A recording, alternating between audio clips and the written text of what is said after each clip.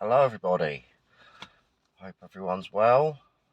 Today, I thought we could talk about county lines and the homeless because it does, to a degree, go hand in hand.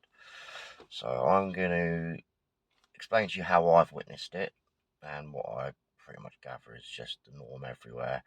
See, there's a lot of sensationalization, got there in the end, in the media about this. And yeah, it's a nasty trade, don't get me wrong, it really is. But I think the facts are a bit skewed in what you see reported. So, the dynamic of it, as I've witnessed it, there's a couple of ways it's done. I'll try and go through the majority of them. So one way it'll be done is you'll have a organised group of dealers from another area. Obviously, they'll come to an area outside area, and they will send what you would essentially call a torpedo. So basically, it'll be a young lad who you put on a train, pass the drugs, and that's it. He's been told he's got to give back this amount of money. He's got nowhere to go, nothing. He's just been told where to go. So he'll get there, and he needs to find drug users to start moving his product. So the easiest thing for them to do is to approach the homeless, because unfortunately in the homeless community you do have a large population of drug users, sadly. And what they'll do is they'll come up to rough sleepers, street people as such, and they'll ask, do they smoke? Yeah, and I don't mean facts. And then they'll ask if they have any numbers that they can give them. They'll normally offer them, some drugs for some numbers. Sometimes they'll be giving out testers as such, and that is how they will then try and grow their business through the homeless community. So then once they've got a phone line established from this point, they will then recruit normally a homeless person to do the running. So then what happens now is bulk texts are sent out to the numbers that have been gathered offering drugs for sale in the area. The users then phone that number, and the person answering that phone will not normally be in the area that the drugs are being sold.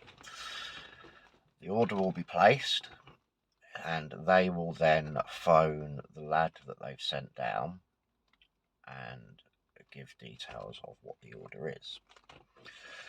The lad will then give a local drug user, normally homeless or sometimes just a street person, the drugs to go and then deliver and then return with the money.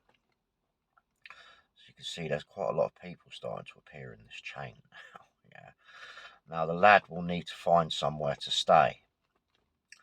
So they will recruit another drug user that has a property.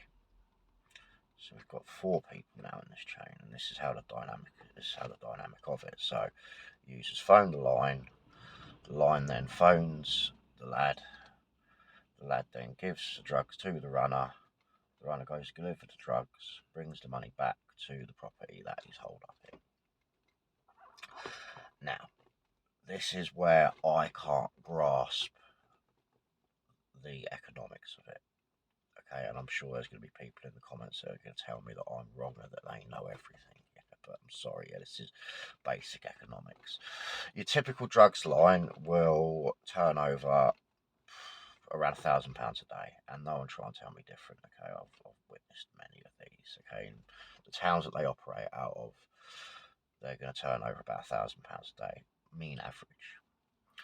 Right, so let's do this on how you would say you were buying and selling retail things, yeah, legal things. Normally you try and sell for twice for what you pay, yeah.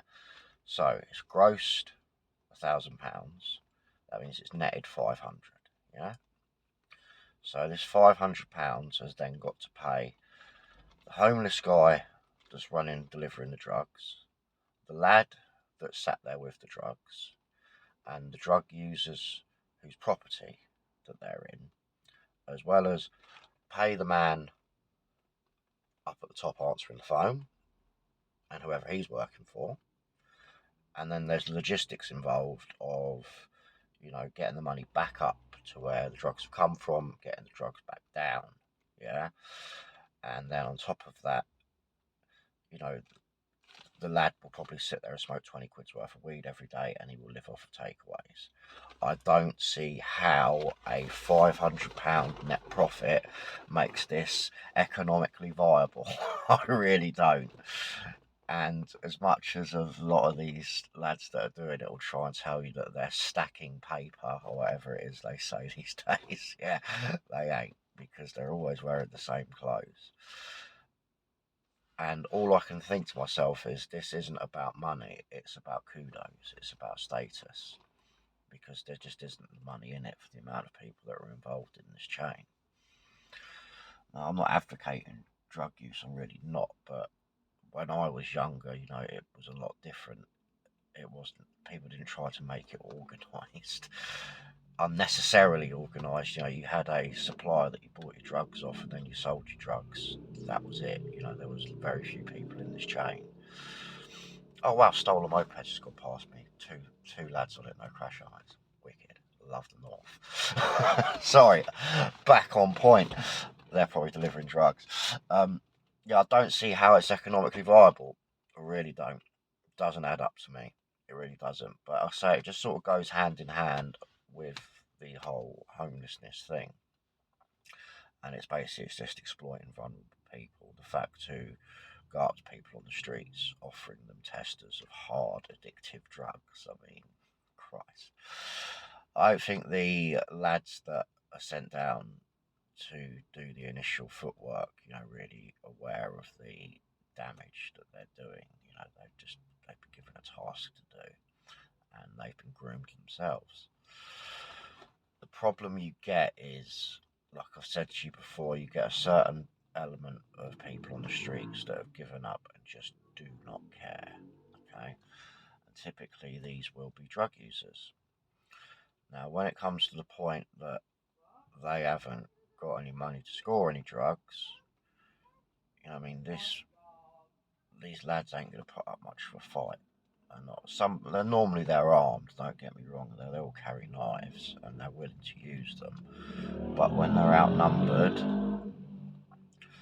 by several drug users, some of these, actually, they're kids. They're like 15 years old. They're not really going to stand a chance, and these kids end up getting hurt, or these kids end up doing something stupid and then end up serving 15 years for manslaughter or murder. It's a disgusting trade. It really is. You're never going to stop drug use because there's always going to be the demand there for it. But criminalisation it's just not working, is it? It's just creating more and more crimes. And the problem you then get is, once one of these drug lines has been found by the police, because these kids are disposable, so the people answering the phone, they don't care about their well-being, and they don't care if they're going to get arrested, because there's another one they can send down on the train straight away. The problem you get is, though, is when one of them gets arrested or hospitalised, you end up with a power vacuum. For a brief moment, there will be a day, maybe 2 days in that area where there is now not a supplier, and you've created a power vacuum. And this creates more violent crime. Arresting them creates more crime. It's not working, this alleged war on drugs. It really isn't. And I can't give you the answers as to how this could be stopped. I really can't. I'm just giving you my perspective on it. I am. Anyway, just thought I'd touch on that subject. Anyway, so anyone's got any sort of more questions, suggestions, please pop them in the comments. Big love. Chat soon. Bye.